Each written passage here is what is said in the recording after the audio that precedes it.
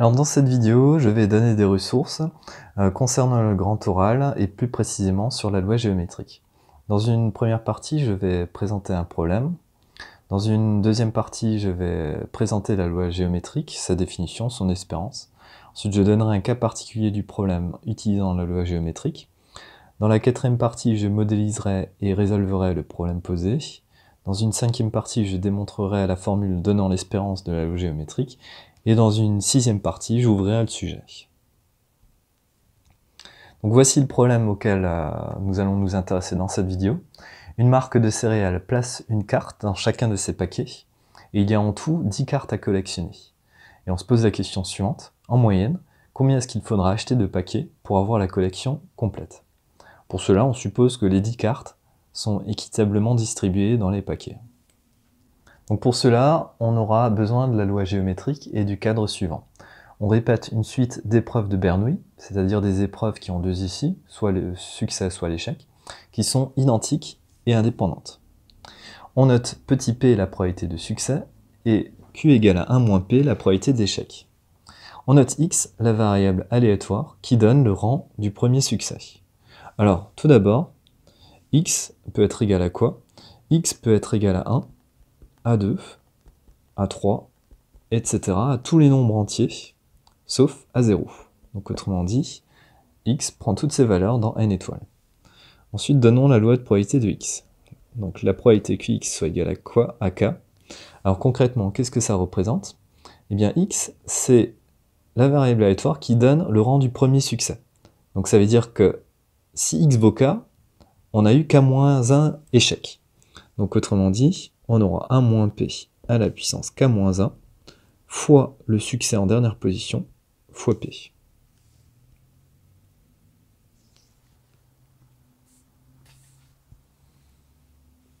On a une formule que l'on déterminera plus tard, que l'on démontrera plus tard, qui est l'espérance de x, qui vaut 1 sur p. Et enfin, dernière chose, lorsque x est une variable aléatoire qui suit une loi géométrique de paramètre p, on note ça de cette manière. Donc x suit une loi géométrique de paramètre p. Voyons un exemple d'utilisation de la loi géométrique et un cas particulier de notre problème avec une carte. On suppose que la collection n'a qu'une seule carte et qu'il n'y a pas de carte dans chaque paquet. On suppose qu'il y a une probabilité de 0,2 d'avoir la carte dans un paquet donné. On note x, la variable aléatoire, qui compte le nombre de paquets à acheter pour obtenir la carte. Pour décrire x, on peut aussi dire que c'est le rang du premier paquet qui va contenir la carte. Alors d'après ce qu'on a donné à la partie précédente, la probabilité que x soit égal à k, eh bien, ce sera égal à quoi? Ce sera égal à 0,8 à la puissance k-1 fois 0,2. On a eu k-1 paquet sans carte, et le dernier paquet comporte donc une carte. On peut calculer quelques valeurs. La probabilité que x soit égal à 1, autrement dit, la probabilité d'obtenir une carte au premier paquet, sera égale à 0,8 à la puissance 0 fois 0,2, c'est-à-dire à 1 fois 0,2, ce qui donne 0,2. La probabilité que x soit égal à 2, donc autrement dit la probabilité d'obtenir une carte à partir au deuxième paquet acheté, sera égale à 0,8 fois 0,2, ce qui donne 0,16. Et enfin, calculons la probabilité d'obtenir la carte au troisième paquet. Là, ce sera 0,8 au carré fois 0,2, ce qui donne 0,128. Bon, calculons enfin l'espérance de cette variable aléatoire. Donc on a vu que c'était 1 sur p. Ici, p vaut 0,2. 0,2, c'est aussi un cinquième. Donc l'inverse de 1 cinquième, ce sera 5. Donc ce résultat qui signifie qu'il faudra acheter en moyenne 5 paquets pour obtenir la carte. Alors on est maintenant armé pour modéliser et résoudre le problème posé au posistant. On achète des paquets de céréales contenant une carte appartenant à une collection de grand N cartes différentes. On a pris au posistant 10 cartes, on généralise ici à grand N cartes. On cherche le nombre moyen de paquets à acheter pour avoir une collection complète. Donc pour cela, on note t, la variable aléatoire qui donne le nombre de paquets à acheter pour avoir la collection complète. Et ce qu'on cherche ici, c'est l'espérance de t. Donc avant d'écrire les choses, on va réfléchir un petit peu à l'oral. Donc au départ, lorsqu'on achète un premier paquet, on obtient forcément une nouvelle carte, vu qu'on en avait 0 au départ. Ce qu'on va faire ensuite, c'est qu'on va compter le nombre de paquets à acheter pour avoir une autre carte que cette carte qu'on a déjà.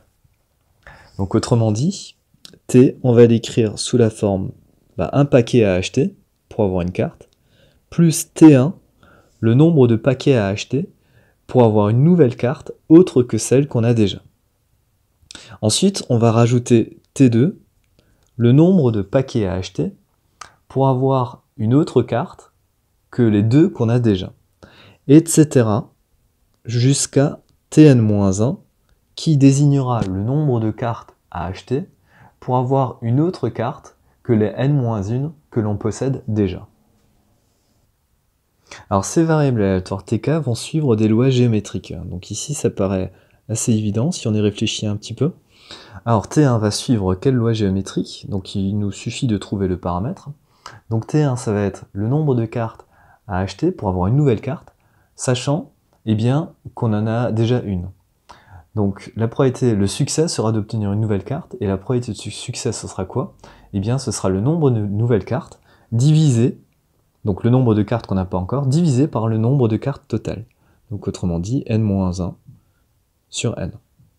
De la même façon, T2, ce sera la loi géométrique de paramètre n-2 sur n. Etc. Pour Tk, ce sera la loi géométrique de paramètre, donc n-k sur n. Et regardons le cas de Tn-1, qui est un peu plus particulier. Donc Tn-1 sera la loi géométrique de paramètre, donc de succès, si on a déjà grand N moins une carte, il ne nous en manque plus qu'une, donc il y aura une carte sur n au total. Donc là maintenant on a ce qu'il faut pour calculer l'espérance de t. Donc l'espérance de t, ce sera la somme des espérances comme on l'avait vu dans le cours. Donc ce sera 1 plus l'espérance de t1 plus l'espérance de t2, etc. jusqu'à l'espérance de tn-1. On a donné la formule donnant l'espérance d'une variable aléatoire suivant une loi géométrique tout à l'heure. Donc on aura 1 plus l'espérance de t1, ce sera l'inverse du paramètre, donc autrement dit ce sera n sur n-1, plus n sur n-2, etc. jusqu'à l'inverse de 1 sur n, c'est-à-dire jusqu'à n. Et ça on peut le factoriser par n, pour obtenir n facteur de 1 sur n, plus 1 sur n-1, plus 1 sur n-2, etc. jusqu'à 1.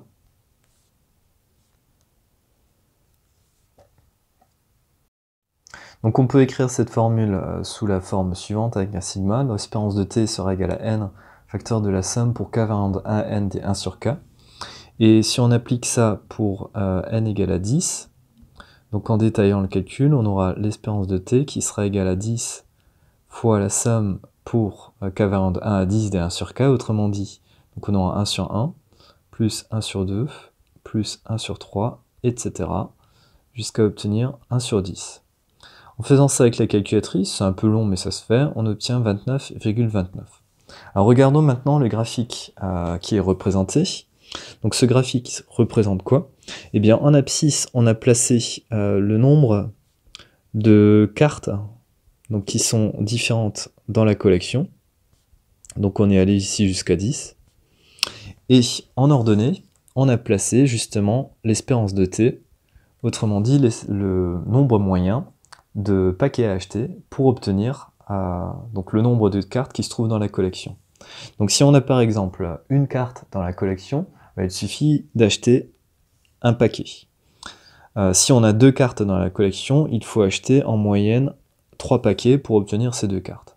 Alors nous, ce qui nous intéresse, c'est le cas pour n égale à 10. Lorsque n vaut 10, là, on voit qu'on a à peu près effectivement 30 paquets à acheter pour obtenir les 10 cartes de la collection, ce qui correspond bien au résultat qu'on avait trouvé ici. Alors dans cette partie, nous allons démontrer la formule donnant l'espérance de la loi géométrique, dont on rappelle la loi de probabilité ici. La probabilité que x soit égal à k, c'est 1 moins p à la puissance k moins 1 fois p, pour tout k supérieur ou égal à 1. Donc on a la formule suivante, on a que l'espérance de x, c'est égal à 1 sur p, chose que l'on veut démontrer ici. Donc tout d'abord, on va rappeler la formule donnant l'espérance. Donc on sait que c'est la somme des k fois p de x égale à k, où k va prendre les valeurs possibles de x. Donc k ici démarre à 1, et peut prendre toutes les valeurs entières, donc va jusqu'à n, et on va faire tendre n vers plus l'infini. Voilà, et à la ligne d'après, on remplace. On aura alors la limite quand n tend à plus l'infini, de la somme pour k variant de 1 jusqu'à n, de k fois 1 moins p à la puissance k moins 1, fois p. Alors, le terme p ici ne dépend pas de k, donc on peut le sortir de la somme, et on aura alors la limite quand n tend à plus l'infini, de la somme pour k variant de 1 jusqu'à n, des k fois 1 moins p à la puissance k moins 1. Donc le p, on peut le sortir de la somme, et on peut même le sortir de la limite. Voilà. Donc là maintenant, on a à calculer donc, cette expression-là. Pour pouvoir calculer cette expression-là, on va avoir besoin de quelques rappels que l'on va faire à droite. Donc on va rappeler la chose suivante.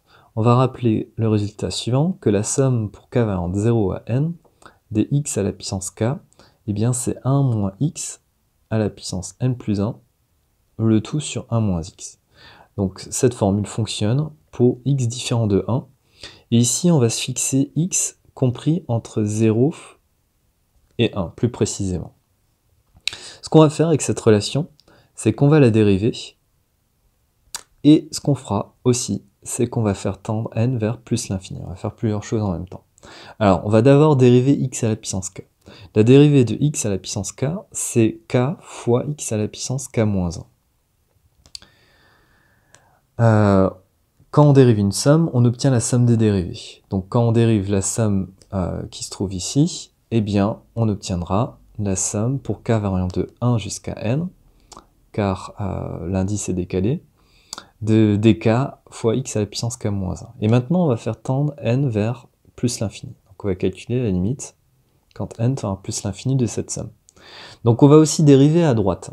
Donc quand on dérive 1 moins x puissance n plus 1 sur 1 moins x, on obtient une expression assez compliquée, mais qui se calcule facilement. Et finalement, en faisant tendre n vers l'infini, il nous restera juste 1 sur 1 moins x au carré. En effet, pour obtenir ce résultat, qui n'est pas complètement direct, on utilisera le résultat suivant. On utilisera le fait que la limite quand n tend à plus l'infini, de x à la puissance n vaut 0. Alors ça c'est vrai, car x est compris entre 0 et 1. Maintenant, on revient à notre problème donc à gauche. Donc la limite qu'on a à calculer donc, est la limite quand n tend à plus l'infini de la somme pour k variant de 1 à n des k fois 1 moins p à la puissance k moins 1. Et bien ça, c'est exactement la limite qu'on a écrite ici à droite. Et bien c'est la limite qu'on a écrite à droite en utilisant x égale à 1 moins p. Donc c'est parti, on remplace. On aura alors 1 sur 1 moins p entre parenthèses au carré, donc c'est-à-dire p fois 1 sur, alors 1 moins p, ça donnera 1 moins 1 plus p, donc il nous restera juste p, au carré. Donc on aura alors p sur p au carré, c'est-à-dire 1 sur p. Et on a démontré notre résultat.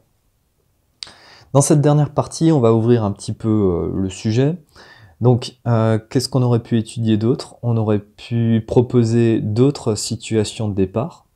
Donc ici, j'ai choisi de proposer un problème de collectionneur. On aurait pu proposer d'autres choses. Un autre type de loi que l'on aurait également pu étudier, donc c'est ce que l'on appelle la loi binomiale négative, donc qui modélise également des situations concrètes.